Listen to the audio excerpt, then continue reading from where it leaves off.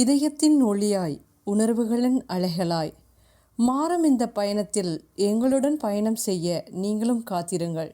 தங்கம் போல துளங்கும் பெயர் காஞ்சனா. அவள் சுவாசம் கூட ஒரு கதை. அவள் நிசப்தம் கூட ஒரு ரகசியம். ஒவ்வொரு துடிப்பும் ஒளியாய் வெளிப்படும் ஒரு உலகம் அவள். காஞ்சனையின் கற்பனையில் உதிர்த்த கதைகளை நினைவில் வைத்து உங்கள் மனதை வருடிச் செல்ல போகும் நான் ஆர்ஜே வானதி. எந்தன் சித்திரமே நில்லடி இக்கதை பிடித்திருந்தால் லைக் ஷேர் செய்து சப்ஸ்கிரைப் செய்து கொள்ளுங்கள். ஹாய் டியர்ஸ், இது காஞ்சனா செந்தில் நாவல்ஸ். எந்தன் சித்திரமே நில்லடி இந்த கதை பருமனாக இருக்கும் பெண்ணவளை உயிருக்குயிராய் விரும்பும் காதலன்.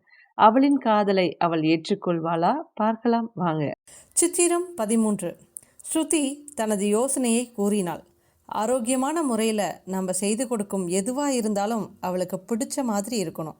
உதாரணமாக சிறுதானியங்கள், வரகு, சாம, தெனை, குதிரவாளி, இதில் எதையாவது ஒன்றை எடுத்து பாயசம் செய்து கொடுக்கலாம். அவளுக்கு பாயசம் ரொம்ப பிடிக்கும். ஆனால் சர்க்கரை, பால் கலந்து பால் பாயசம் தான் குடிப்பாள். அப்போ எப்படி ஸ்ருதி இதை அவள் குடிப்பா?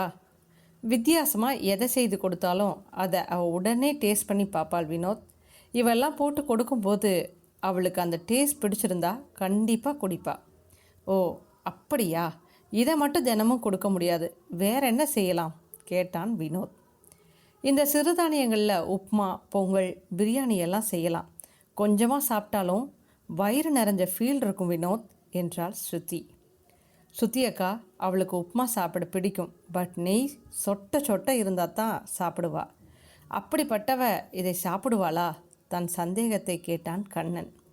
ஆரம்பத்தில் கொஞ்சம் நெய் போடலாம் கண்ணா. நெய் ரத்தத்தை சுத்தம் செய்யும். அவளுக்கு அந்த டேஸ்ட் பிடிச்சி போச்சுன்னா கொஞ்சம் கொஞ்சமாக குறைச்சிக்கலாம். ஓகே ஸ்ருதி, நீங்கள் சொல்கிறத வச்சு பார்க்கும்போது எனக்கு நம்பிக்கை இருக்குது. நம்ம இதை பற்றி ஆன்ட்டிக்கிட்ட சொல்லி அவளை சாப்பிட வைக்கலாம் என்றான் வினோத். சார், அவள் வீட்டில் ஓரளவுக்கு ஆன்ட்டிக்கு பயந்துட்டு சாப்பிடுவா. எங்கள் வீட்டுக்கு வந்தால் வாய்ப்பு இல்லை. அதனால் நானும் அதையே சாப்பிட்றேன். அப்போ அவளும் சாப்பிடுவா என்று தன் முடிவை கூறினான் கண்ணன். அடே அடே, உன் பாசத்துக்கு ஒரு அளவு இல்லையாடா? உன்னை நீயே ஏண்டா அவளுக்காக வருத்திக்கிற என்ற வினோத் அவனை நினைத்து ஆச்சரியப்படத்தான் செய்தான். சார், இப்போ ஸ்ருதி அக்கா சொன்னது எல்லாம் எங்கள் அம்மா எனக்கு செய்து கொடுத்துருக்காங்க. எனக்கு அந்த டேஸ்ட் பிடிக்கும். அதெல்லாம் ஒன்றும் பிரச்சனை இல்லை சார், விடுங்க என்றவனை பார்த்த வினோத், ஸ்ருதி இருவரும் இவனின் நட்பிலும் பாசத்திலும் நெகிழ்ந்துதான் போயினர். வினோத், நீங்கள் எப்படி அவகிட்ட உங்கள் காதலை சொல்ல போகிறீங்க? அவள் இதுக்கு சம்மதம் சொல்வான்னு நினைக்கிறீங்களா? நான் சொல்கிறேனேன்னு தப்பாக எடுத்துக்காதீங்க. எனக்கு தெரிஞ்சு அவளுக்கு உங்கள் பேரில் நல்ல அபிப்பிராயம் இல்லை என்று தயங்கி கொண்டே கூறினாள் ஸ்ருதி. தப்பாக எடுத்துக்க எதுவும் இல்லை ஸ்ருதி, நீங்கள் உண்மையை தான் சொல்கிறீங்க. அவளை முடிந்த வரை என் பக்கத்துலேயே இருக்கும்படி செய்யணும். அதுக்கு என்ன செய்யணும்னு யோசிக்கணும். பக்கத்தில் இருந்து அவளை டார்ச்சர் பண்ண போகிறீங்களா? நீங்கள் விளையாட்டாக செய்த ஒரு சில விஷயம் அவள் மனசை ரொம்ப பாதிச்சிருக்கு சார். ஏன் சார் இப்படி பண்ணுறீங்க? இப்படியெல்லாம் செஞ்சு நீங்கள் அப்படி என்ன நிரூபிக்க போகிறீங்க என்று கத்தினான் கண்ணன். டே கண்ணா, நான் எதையும் வேண்டுமென்றே செய்யலடா. மற்றவங்கள போல் நானும் நடந்துக்கிட்டா வினோ அவளை மாற்றிக்க முயற்சி செய்வான்னு நினச்சேன். ஆனால் அந்த வீம்புக்காரி நீ என்னடா சொல்கிறது, நான் என்னடா செய்கிறதுன்னு நடந்துக்கிறா. இது எவ்வளோ தூரம் போகும்னு பார்க்கலாம். ஆனால் ஒன்று மட்டும் உறுதியாக சொல்கிறேன்டா, அவளுக்கு என் மேலே விருப்பம் இருக்குது என்று உறுதியாக கூறினான் வினோத். ஆமாம், மற்றவங்களை போல் அவள் மனசை நோகடிச்சிட்டு விருப்பம் இருக்கும். இப்படியே கனவு கண்டுட்டு இருங்க என்ற கண்ணனுக்கு வினோதினியின் மனதில் வினோத் இருக்கிறான் என்று தெரியுமே. அடே, அன்றைக்கு காலேஜ் வாசலில் நான் அவளை திட்டினப்போ அவள் எப்படி நடந்துக்கிட்டா பார்த்ததானே? என் இடத்துல வேறு யாராவது இருந்திருந்தால் அவளுடைய செயலே வேறு மாதிரி இருந்திருக்கும். அவளை அப்படி திட்டிட்டு நான் மட்டும் சந்தோஷமாக இருந்தேனா? போடா டேய். சரி விடுங்க சும்மா புலம்பிக்கிட்டு என்று அவனை முறைத்த வினோத், டே உனக்கு ரொம்ப ஏத்தண்டா. எனக்கும் காலம் வரும், அப்போ உனக்கு இருக்குது. வரும்போது பார்த்துக்கலாம் போங்க சார் என்று பதிலுக்கு பதில் பேசினான் கண்ணன். அடடா போதும், நம்ம எதுக்காக இங்கே வந்திருக்கோமோ அதை தவிர மீதி எல்லாம் நடக்குது என்று ஸ்ருதி, வினோத் நீங்கள் சீக்கிரம் அவகிட்ட உங்கள் காதலை சொல்லி அவளை திருமணம் செய்துக்கோங்க. அதன் பிறகு உங்கள் அன்பால் அவளை கொஞ்சம் கொஞ்சமாக மாற்றுங்க. கண்டிப்பாக இதுக்கு பலன் இருக்கும். ஸ்ருதி, அதுக்குள்ளே கல்யாணத்துக்கு என்ன அவசரம்? அவளும் இன்னும் சாதிக்க வேண்டியது நிறைய இருக்குது. ஒரு 2-3 வருடம் போகட்டும். என்ன வினோத், உங்கள் வீட்டில் இதுக்கு சம்மதம் சொல்ல மாட்டாங்கன்னு யோசிக்கிறீங்களா? இல்லை அவள் உடம்பை குறைச்சாதான் கல்யாணம் பண்ணிக்கணும் என்ற எண்ணத்தில் இருக்கீங்களா? கேட்டாள் ஸ்ருதி. ஸ்ருதி ப்ளீஸ், அப்படி சொல்லாதீங்க. அவள் எப்படி இருந்தாலும் அவள் தான் என்னுடைய தேவதை, என்னுடைய அம்முக்குட்டி. அவள் என் பக்கத்தில் இருந்து என்னை புரிஞ்சுக்கிட்டு என்னை மனதார விரும்பணும். அதன் பிறகு தான் எங்கள் கல்யாணம். இப்போவே அவள் மனசில் நான் இருக்கேன், அதை சொன்னால் ஏற்றுக்க மாட்டேங்கிறாளே ராட்சசி. பெருமூச்சு விடுத்தான் வினோத். ஓகே வினோத், எனக்கு புரியுது. ஆனால் வினோத், உடல் எடை கூடுவதற்கு இன்னொரு காரணமும் இருக்குது. மனதளவில் அழுத்தம், சோகம் இதெல்லாம் இருந்தாலும் உடல் எடை கூடுமே தவிர குறையாது.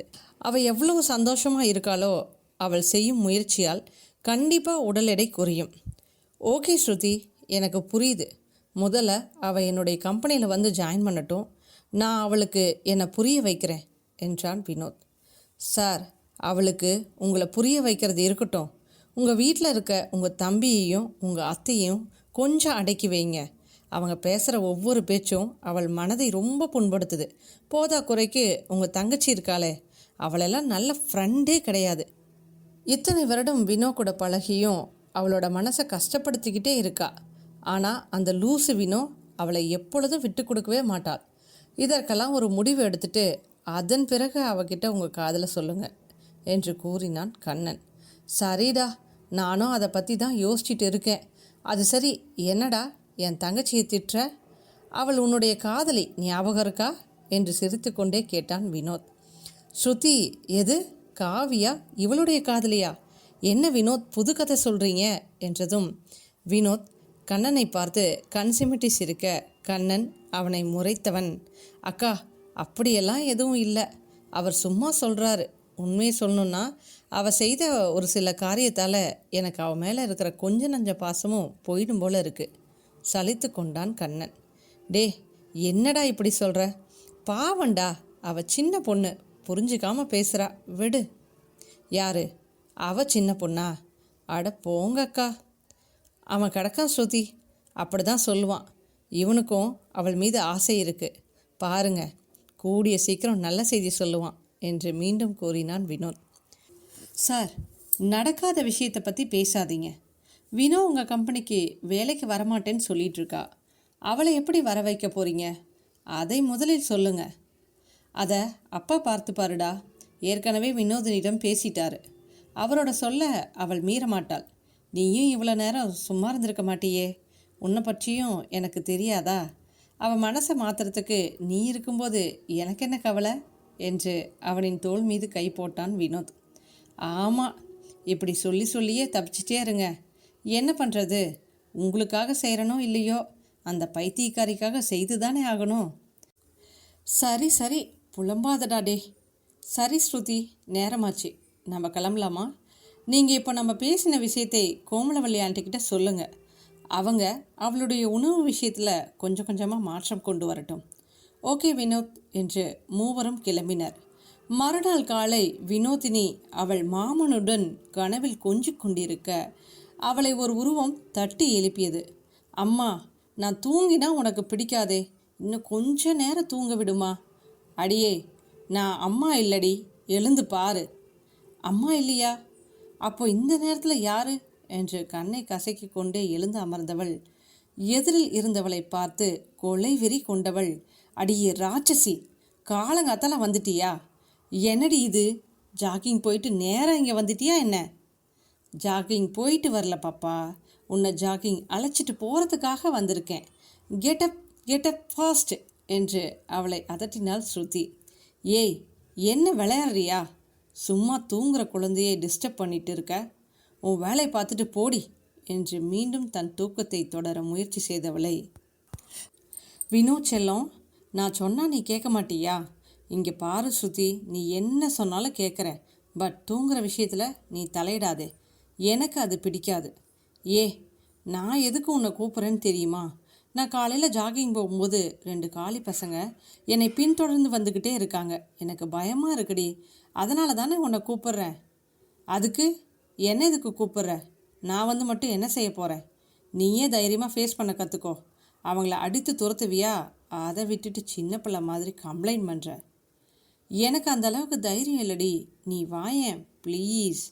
ஐயோ ராமா, இவ இப்படி என் உயிரை எடுக்கிறாளே என்று வினோதினி கத்த, வேணாம் வினோ, உனக்கு விருப்பம் இல்லாமல் நீ வர வேண்டாம். எது நடந்தாலும் நானே பார்த்துக்கிறேன் என்று சுதி முகத்தை தொங்க போட்டு கொண்டு வெளியே சென்றவளை பிடித்து இழுத்தவள், வந்து தொலைக்கிறேன் இருடி என்று அவளும் கிளம்பி வந்தாள் வினோதினி. இவர்கள் கோமலவல்லியிடம் சொல்லிக்கொண்டு ஜாகிங் கிளம்ப, கோமலவல்லியோ தன் மகளை நம்பாமல் பார்த்து கொண்டு நின்றிருந்தார். அவர்கள் ஜாகிங் செல்ல அங்கே ஓரிடத்தில் நின்றிருந்தவர்களை பார்த்த வினோதினி அதிர்ச்சியில் நின்றாள்.